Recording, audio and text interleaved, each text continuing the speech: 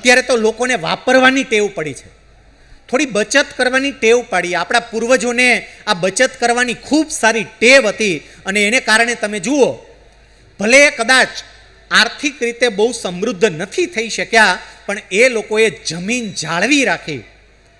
તમે વડીલો પાસે જોજો, એ લોકો પાસે થોડી ઘણી પણ ખેતીની આવક ભેગી થાય એટલે એમાંથી બે જગ્યાએ કાં તો એ થોડું સોનું લે અથવા તો થોડી જમીન લે. મેં કેટલાય અમારા કાઠિયાવાડની અંદર એવા લોકો જોયા છે કે જેમણે ખેતરમાં મજૂરી કરીને 25 વીઘા કે 50 વીઘા જમીન ભેગી કરી હોય. કેમ? તો કે બચત કરવાની ટેવ પડી છે. થોડી નાની બચત કરીએ.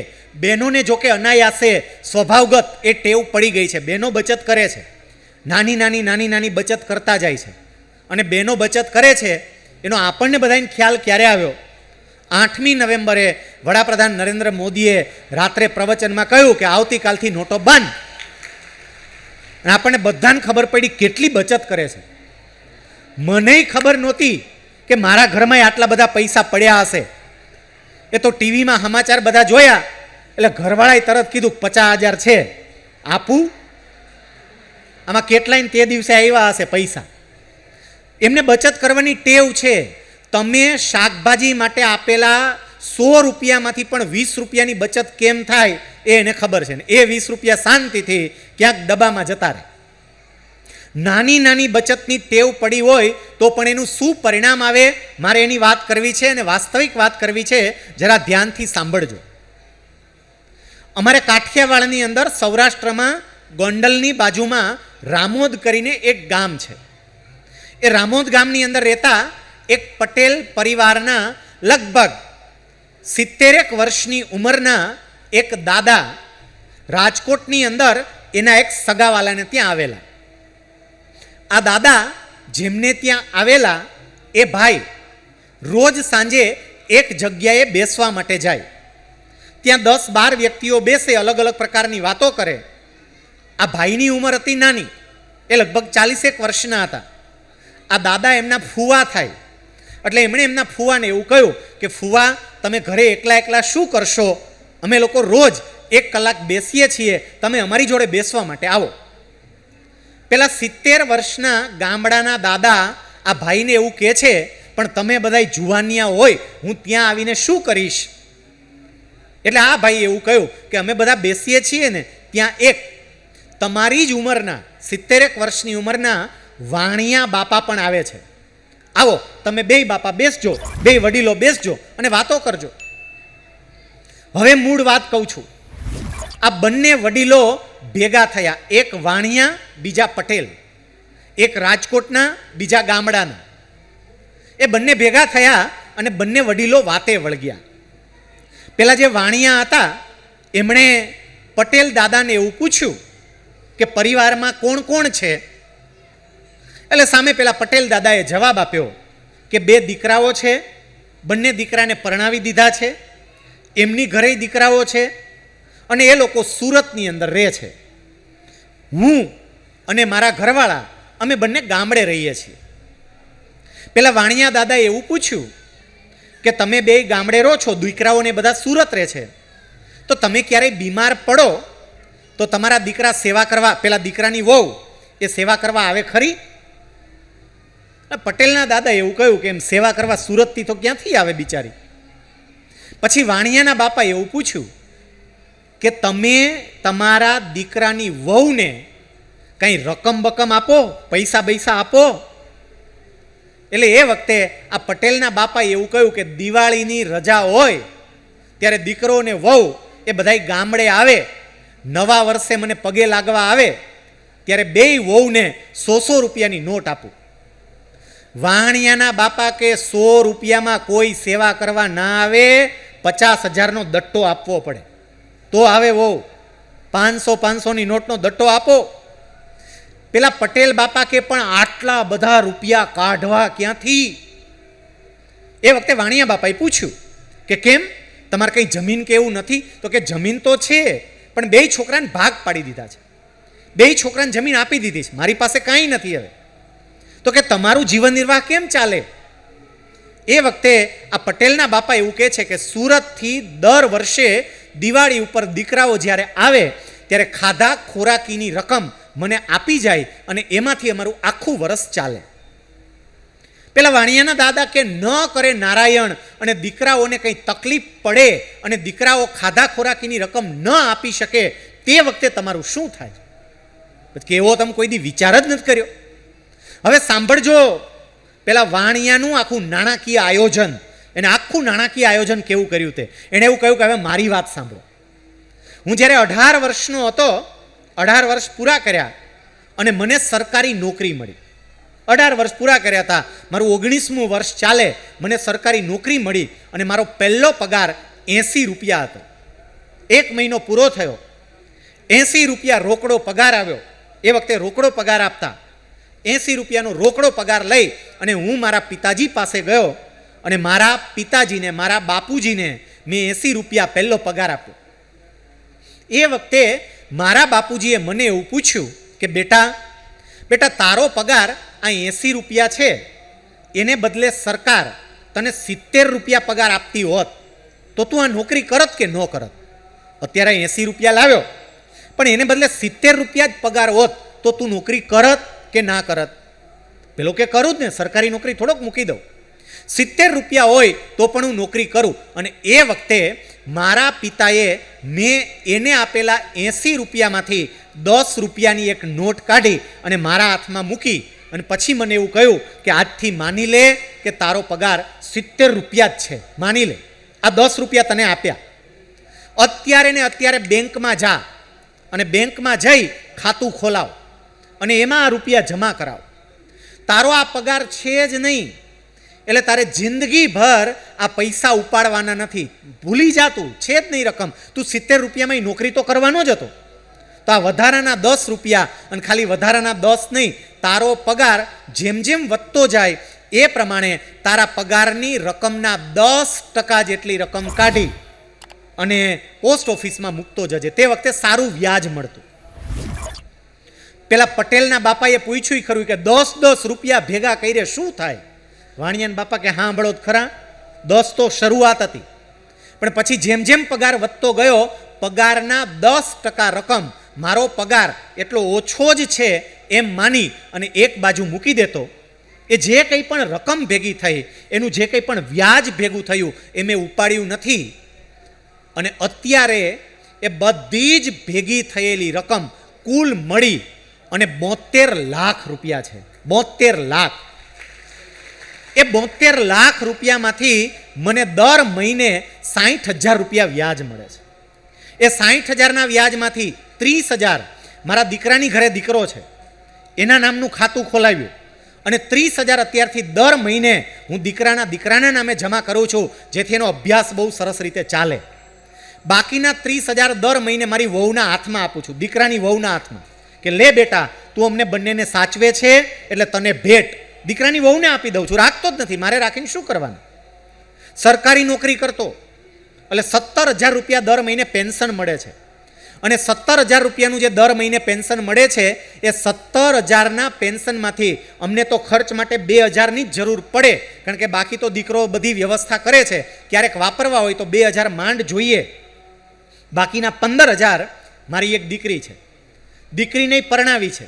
એટલે દીકરીને એવું ન લાગે કે પપ્પા બધું ભાઈને જ આપી દે છે, એટલે દર મહિને મારા પેન્શનના 15,000 મારી પરણેલી સાસરે વળાવેલી દીકરીને આપું છું.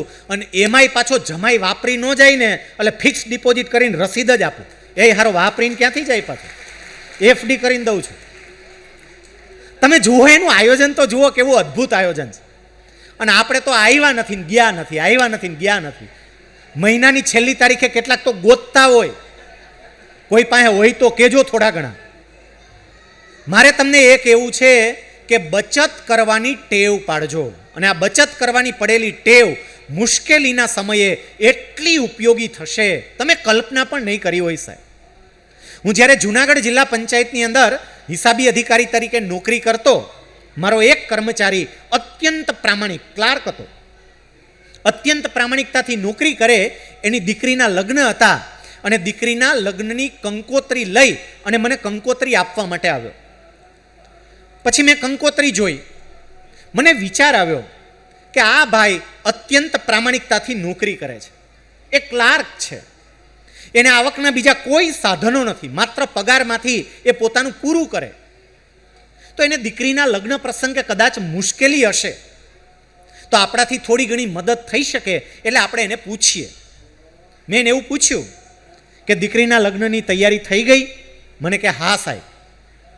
મેં કહ્યું તમારે કદાચ દીકરીને પરણાવવાની છે, થોડો ઘણો વધારે ખર્ચ કરવો પડતો હોય, અત્યારે તમને પૈસાની મદદની જરૂર હોય તો કહેજો, આપણે કોઈ કોન્ટ્રાક્ટરને કહીશું, તમને થોડો સમય માટે વગર વ્યાજે પૈસા આપશે, તમારી અનુકૂળતા પ્રમાણે તમે એને પાછા આપી દેજો. મને કે ના સાહેબ, કોઈની મદદની જરૂર નથી. મેં પણ બધું થઈ ગયું છે? મને કે હા સાહેબ, બધું થઈ ગયું. કેવી રીતે? હવે સાંભળજો એમણે જે જવાબ આપ્યો તે. મને કે સાહેબ, મારી ઘરે આ દીકરીનો જન્મ થયો ને, મને ત્યારથી જ ખબર હતી કે આ દીકરીને એક દિવસ મારે સાસરે વળાવવાની છે. મને ખબર જ હતી સાહેબ.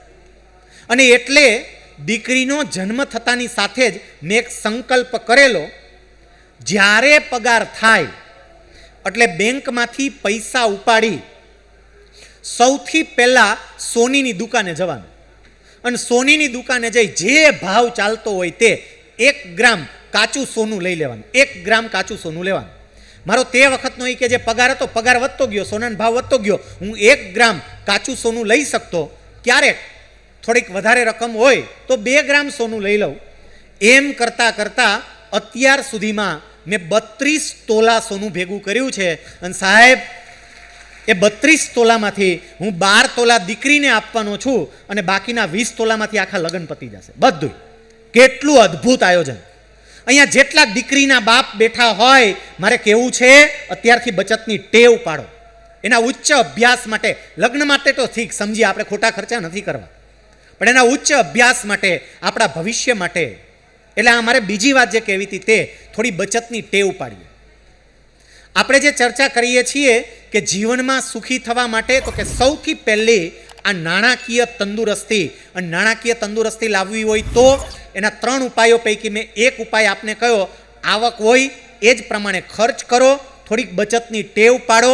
અને ત્રીજું કેવું છે, શક્ય હોય તો જરૂર વગરની લોન લેવાનું ટાળો. લોન લેવાની એવી ખોટી આદતો પાડી દીધી છે, અને મહેરબાની કરીને ક્રેડિટ કાર્ડના ઉપયોગ તો બંધ જ કરી દો. ખરેખર જે લોકોએ સુખી થવું હોય, ક્રેડિટ કાર્ડનો, તમે મોટા મોટા દેશની અંદર એક આ બાબતનો વિચાર કરજો. ક્રેડિટ કાર્ડનો ઉપયોગ બને એટલો એ લોકો ઓછો કરે છે. કેમ? તો કે મારી પાસે જેટલી આવક છે એના અનુસંધાને જ હું ખર્ચો કરું. આમાં મેં કેટલા એવા જોયા છે, બોલો, લોન લઈ આવ્યા છે કૂવો ગાળવા માટે, અને મારો બેટો મોટરસાઇકલ લઈને આટા મારતો હોય, કૂવો ગાળવા લોન લઈ આવે. જેનો ખર્ચ મારે ઉત્પાદકીય પ્રવૃત્તિમાં કરવો જોઈએ, એને બદલે મોજ શોખમાં વાપરી નાખે પૈસા. લોન લઈને મકાન બનાવાય ચોક્કસપણે, લોન લઈને યોગ્ય ધંધો કરાય, પણ લોન લઈને મોજ મજા ન કરાય, નહીતર હેરાન થઈએ. એટલે બને ત્યાં સુધી આ પ્રકારની જરૂર વગરની લોન લેવાનું ટાળીએ. જો આ કરીએ તો આપણી પહેલી તંદુરસ્તી એટલે નાણાકીય તંદુરસ્તી જળવાય. બીજી તંદુરસ્તી, નાણાકીય તંદુરસ્તી ગમે એટલી સારી હોય, પણ જો શારીરિક તંદુરસ્તી સારી નહીં હોય તો એ નાણાંનો ઉપયોગ નહીં કરી શકો. સંપત્તિ ભલે તમારી પાસે ગમે એટલી હોય, પણ શરીર સાથ નહીં આપે તો એ સંપત્તિને શું કરવાની સાહેબ? રાજકોટની અંદર અમારે એક વ્યક્તિ છે, એવું કહેવાય કે રાજકોટમાં જ્યાં હાથ મૂકો એ બધી જમીન એની, એવું કહેવાય છે. અબજો રૂપિયા એની પાસે હશે, અબજો રૂપિયા. પણ અત્યારે એને એવી તકલીફ થઈ છે કે જે તકલીફને કારણે એ માત્ર ને માત્ર પ્રવાહી ખોરાક લઈ શકે છે, માત્ર પ્રવાહી ખોરાક. તમારે કાંઈ પણ એને આપવું હોય, અહીંયા આવ્યા અને સરસ મજાનું એમને જમાડવું છે, તો જેટલું ભોજન હોય એ તમારે મિક્સરમાં નાખવાનું, ક્રશ કરવાનું, પ્રવાહી કરી દેવાનું, અને પછી એને આપવાની ભૂંગળી, એટલે ભૂંગળીથી બિચારા ચૂસે. અબજો રૂપિયા કરવાના શું? એને બદલે ભલે આપણી પાસે કાંઈ ના હોય, આ સરસ મજાના પ્રાણ પ્રતિષ્ઠા મહોત્સવની અંદર લાડવા દાબીએ છીએ, મજા કરીએ, જો કાંઈ તકલીફ નથી. શારીરિક તંદુરસ્તી બહુ અગત્યની છે સાહેબ. આપણે ત્યાં એવું જ, એટલે જ એવું કહેવાયું છે, તમામ પ્રકારના સુખમાં આપણે એવું કે પહેલું સુખ તે જાતે નર્યા. આપણી શારીરિક તંદુરસ્તી સારી રહે. અને વર્તમાન સમયે મારે ભારપૂર્વક કહેવું છે કે અત્યારે એવો સમય આવ્યો છે કે આ સમયે શરીરનું ધ્યાન રાખવું અત્યંત જરૂરી છે. સાહેબ, બહારનું વાતાવરણ આખું બગડી ગયું છે. આજ સવારના ન્યૂઝપેપર તમે જુઓ અને દિલ્હીની અંદર જે વાતાવરણ પોઈઝનયુક્ત બની રહ્યું છે એ જ પરિસ્થિતિ હવે બધે જ થઈ રહી છે. વાતાવરણની અંદર જે ઝેરી વાયુનું પ્રમાણ વધી રહ્યું છે, વાતાવરણ એવું બની રહ્યું છે, જે કંઈ પણ ઉત્પાદનો બજારમાં આવી રહ્યા છે, જે આપણે ખાઈ છીએ એ એવા બની રહ્યા છે. સાહેબ, બીમાર માણસ સાજો થવા માટે ફ્રૂટ ખાતો, પણ આજે ફ્રૂટની અંદર પણ ભેળસેળ આવી ગઈ. કરવું શું? અને એટલે આપણું શરીર સારું રહે એના માટે આપણે ધ્યાન રાખવું જોઈએ. મારે અહીંયા કેટલાક પ્રેક્ટિકલ ઉપાયો તમને કહેવા છે શરીરને સારું રાખવા માટે શું કરવું. આમાં જેટલા લોકો અહીંયા ઉપર નીચે જેટલા બધા બેઠા છે, તમારામાંથી જેટલા મિત્રોની ઉંમર, ઉપરવાળા પણ આવી જાય, 40 વર્ષ કરતાં જેની ઉંમર વધારે છે એ જરાક પોતાનો હાથ ઊંચો કરો તો મને ખબર પડે.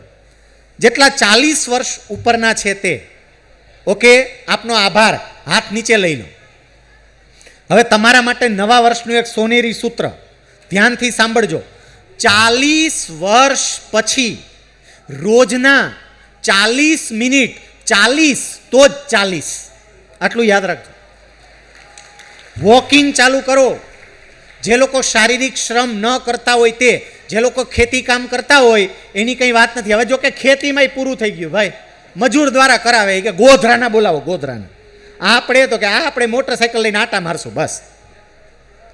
વોકિંગ ચાલુ કરો. ગામડામાં રહો છો, કેટલાક લોકો એમ કે આ જો એમનેમ ચાલે છે, લોકોને જે બોલવું હોય એ બોલે. મારા શરીર માટે આ બહુ જરૂરી છે. એક સાવ સામાન્ય બાબતનો તો વિચાર કરીએ કે જે હૃદય મારા માટે 24 કલાક ચાલે છે, 24 કલાક આ હૃદય, સારું એ હૃદય માટે રોજ 40 મિનિટ ના ચાલી શકાય? 24 કલાક ચાલે છે આ હૃદય. કોઈ દી બિચારાએ કીધું કે મારી એક રજા મંજૂર કરો? આ હૃદય કહેતો કે આજે આપણી સીએલ ભાઈ, મારે નારસંગા દાદાના મહોત્સવમાં જવું છે, આપણી આજ રજા. આ રજા મૂકે શું થાય? રોજ 24 કલાક ચાલે છે એ હૃદય માટે 40 મિનિટ ચાલવાનું શરૂ કરીએ. થોડું શારીરિક શ્રમ કરીએ, થોડી મહેનત કરીએ. મહેનત થતી હોય છે, હું ના નથી પાડતો, પણ છતાંય આ બાબતમાં જરા ધ્યાન રાખીએ. બીજું મારે વિશેષ જે કહેવું છે તે વ્યસન મુક્ત જીવન જીવતા થઈએ. અહીંયા તમે આ મૂર્તિ પ્રતિષ્ઠા મહોત્સવ ઉજવો છો, દાદા બહુ રાજી છે, ખૂબ રાજી છે. અને મને તો અહીંયા આવ્યા પછી આ દાદાનો શું પ્રભાવ હશે એ મને અહીંયા આવ્યા પછી અનુભવવાનું સાહેબ. અત્યારે હમણાં 3:30 વાગે, 3:30 કે 3:15 આ કાર્યક્રમ માટે અમે અહીંયા આવતા હતા. એટલો ઠંડો પવન આવતો હતો અને સામે જ વરસાદ દેખાતો હતો કે હમણાં વરસાદ તૂટી પડશે અને આ બધુંય બહાર ગોઠવેલું છે બધુંય પૂરું કરી દેશે. ઉડી ગયો, આવ્યો જ નહીં, જો ઉડી ગયો, જતો રહ્યો. આજુબાજુ ક્યાંક પડતો હશે પણ મારા પ્રાણ પ્રતિષ્ઠા મહોત્સવમાં વિઘ્ન ન થાય એટલે હું વરસાદ દૂર કરી દઈશ. કેટલો એનો પ્રભાવ છે. તમે જે કંઈ પણ અહીંયા સમસ્ત ગામ મળીને અત્યારે કરી રહ્યા છો એને કારણે દાદા રાજી હશે, પણ એને વિશેષ રાજી કરવા હોય તો વ્યસન મુક્ત થવાનો સંકલ્પ લો. એ રાજીપો અલગ પ્રકારનો છે. સાચી પ્રાણ પ્રતિષ્ઠા એ જ છે. બાકી તો મંદિર બન્યું, આપણે 3 દિવસ સરસ રીતે ઉત્સવ ઉજવ્યો અને અઠવાડિયા પછી તો દર્શન કરવા જાય તો જાય, ત્યાંથી નીકળે તો એમનેમ જતા રહેશે. સાચી પ્રાણ પ્રતિષ્ઠા એ જ છે કે હું વ્યસન મુક્ત બનું અને દાદાનો રાજીપો પ્રાપ્ત કરું. સાહેબ, આ વ્યસન પરિવારને કેવા બરબાદ કરી નાખે છે એના અઢળક દાખલા આ સમાજની સામે છે. જરા વિચારીએ તો ખરા. અહીંયા જેટલા ભાઈઓ છે, મારે એક નાની એવી વાત તમને કહેવી છે. એક ભાઈ વ્યસની હતો. આ ખાલી પ્રસંગ મેં બનાવેલો છે, તમને સમજાય, તમને ખબર પડે એટલા માટે. એ ભાઈ વ્યસની, અને વ્યસનમાં ને વ્યસનમાં એનું શરીર આખું ખવાઈ ગયું. એ પથારીમાં પડ્યો. ઘર ચલાવવા માટે એની પત્ની બિચારી બીજાનું કામ કરવા જાય, બીજાનું ખેતર ખેડવા માટે જાય, બીજાના ખેતરમાં મજૂરી કરવા માટે જાય. આ ભાઈ ઘરે પડ્યો હોય, કારણ કે બીજું તો કંઈ થઈ ના શકે. શરીર ખવાઈ ગયું, શરીર કામ ના કરે, અંદરથી આખો ખોખલો થઈ ગયેલો. એક વખત એ પોતાની ઘરે પથારીમાં પડ્યો કણસતો હતો. અને નાની એવી દીકરી પ્રાથમિક શાળામાં અભ્યાસ કરે, અને એ દીકરી બાજુમાં બેઠી બેઠી પોતાનું લેશન કરતી હતી. એ દીકરીએ જોયું કે પપ્પાને કંઈક તકલીફ છે, પપ્પા કણસે છે. એટલે દીકરી ઊભી થઈ, દીકરીથી ના રહેવાયું, એ પપ્પા પાસે ગઈ અને પપ્પા પાસે જઈને કહ્યું, પપ્પા કંઈ તકલીફ છે? એ કે હા બેટા. પપ્પા શું થાય છે તમને? એ કે બેટા આ મને પાન માવા ખાવાની ટેવ પડી છે, તે મોઢામાં એ તમાકુના દાણા નથી જતા ને, એને કારણે મને આ તકલીફ થઈ રહી છે બેટા. થોડુંક જો મળી જાય, મોઢામાં જાય તો આ પીડા દૂર થાય. પેલી દીકરીથી રહેવાનું નહીં. એટલે દીકરી કે પપ્પા હું પેલા પાનના માવાવાળા દુકાને જઈ અને એ અંકલ પાસેથી તમારા માટે માવો લઈ આવું. એ ભાઈએ કહ્યું કે બેટા એ નહીં આપે, કારણ કે દુકાને મારું ખાતું એટલું થઈ ગયું છે, મારી ઉધારી એટલી થઈ ગઈ છે કે હવે ઉધારમાં એ પેલું પાન કે માવો નહીં આપે. દીકરી કે પપ્પા મને જવા તો દો. એ નાની દીકરી દોડતી દોડતી ગઈ. થોડી વારમાં એ ગલ્લાએથી પેલું પાન કે માવો લઈ આવી, એના પપ્પાને આપ્યું. પેલા ભાઈએ મોઢામાં 2 દાણા મૂક્યા. પછી એને વિચાર આવ્યો કે પેલા પાનના ગલ્લાવાળો કોઈ દી આપે નહીં, પણ આ કેમ આપ્યું હશે? એટલે એમણે પેલી દીકરીને પૂછ્યું, બેટા તને ના પાડી? એ કે હા પપ્પા, ના જ પાડી હતી. તો કે બેટા લાવી કેવી રીતે? હવે સાંભળજો.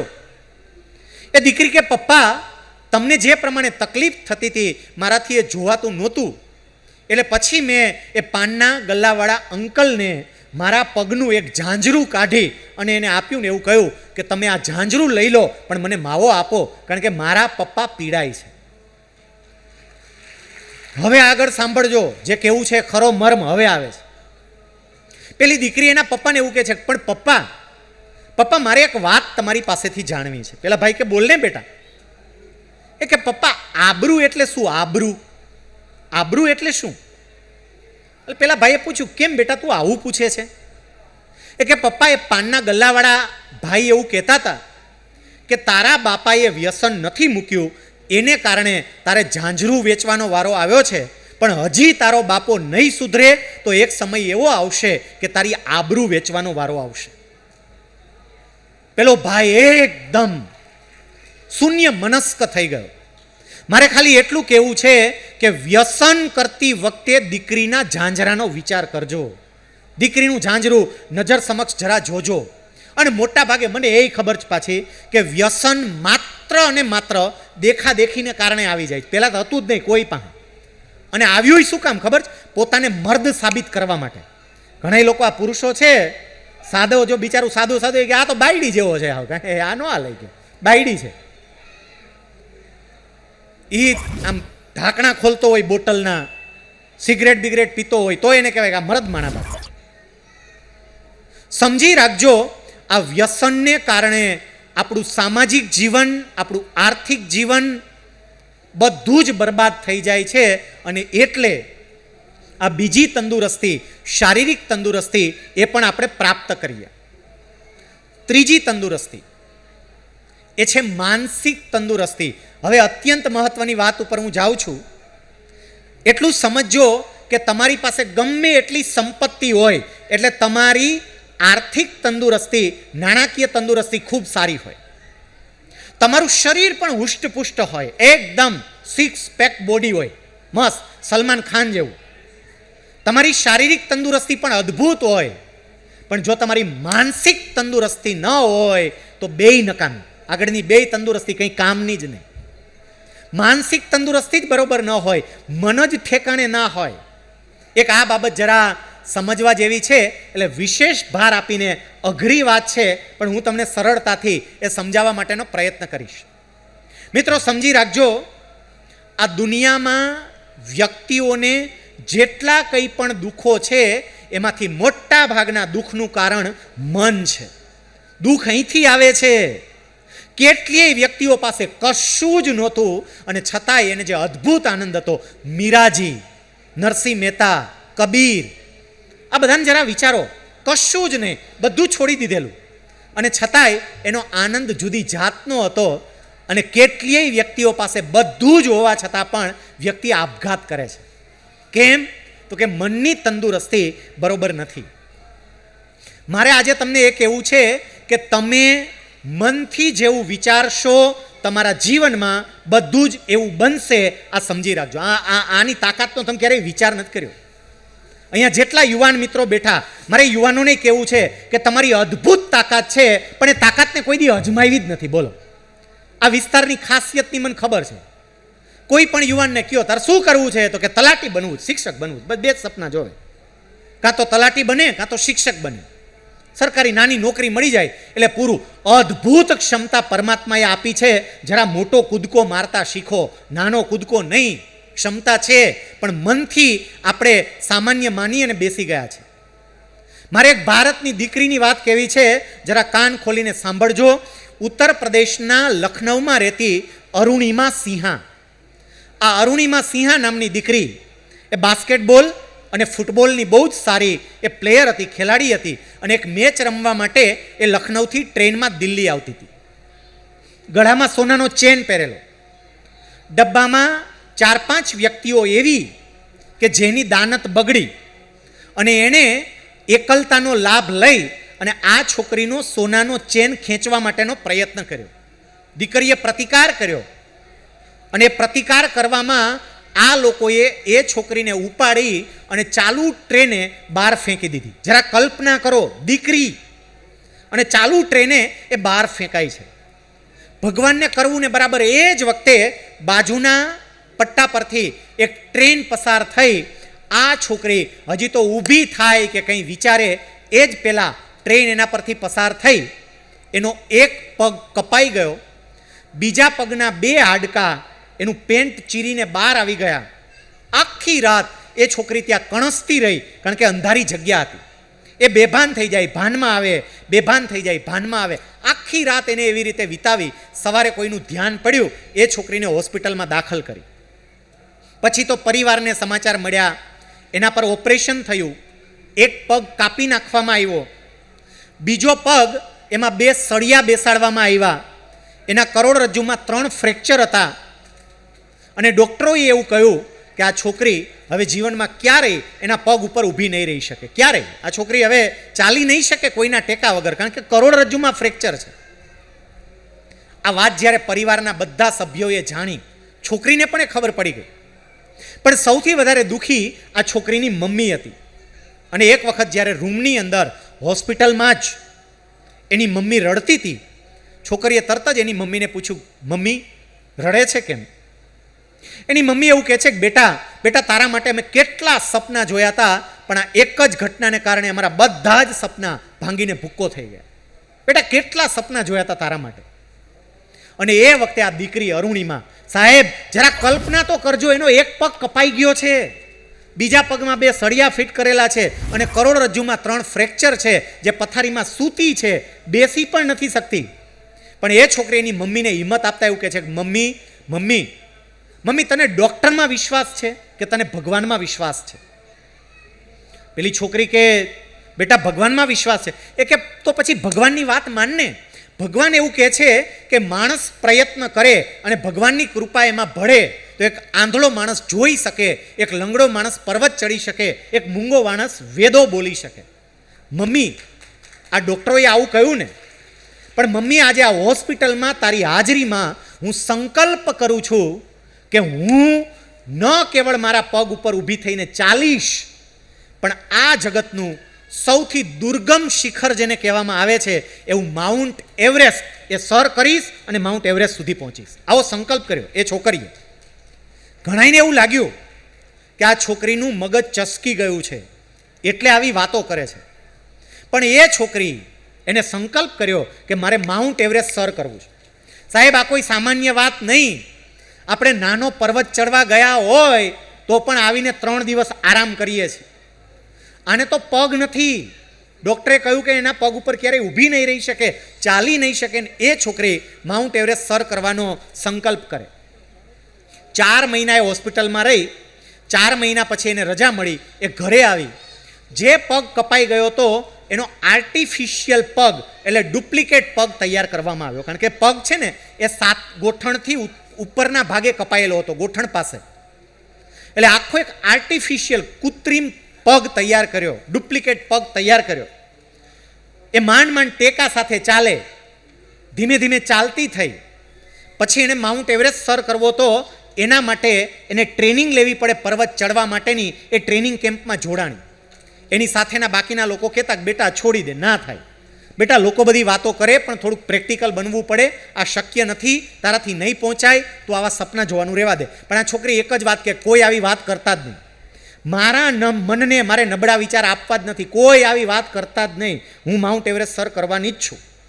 એ છોકરી સતત પ્રયત્નો કરતી રહી. સાહેબ, 12મી એપ્રિલ 2011ના રોજ આ છોકરીનો અકસ્માત થયો હતો અને બરોબર 2 વર્ષ પછી 2013ની સાલમાં આ છોકરીએ પોતાનો ટ્રેનિંગ કેમ્પ પાસ કરી લીધો અને એના શેરપાને લઈ અને માઉન્ટ એવરેસ્ટ સર કરવા માટે નીકળી પડી. આપણે ખાલી બોલીએ છીએ સાહેબ, માઉન્ટ એવરેસ્ટ એટલે જ્યાં -ડિગ્રી ટેમ્પરેચર છે, જ્યાં બરફ છે, જ્યાં બ્લુ આઈસ છે બધો, જ્યાં ઓક્સિજન નથી અને આર્ટિફિશિયલ પગ સાથે ચડવાનો એ છોકરી ગઈ.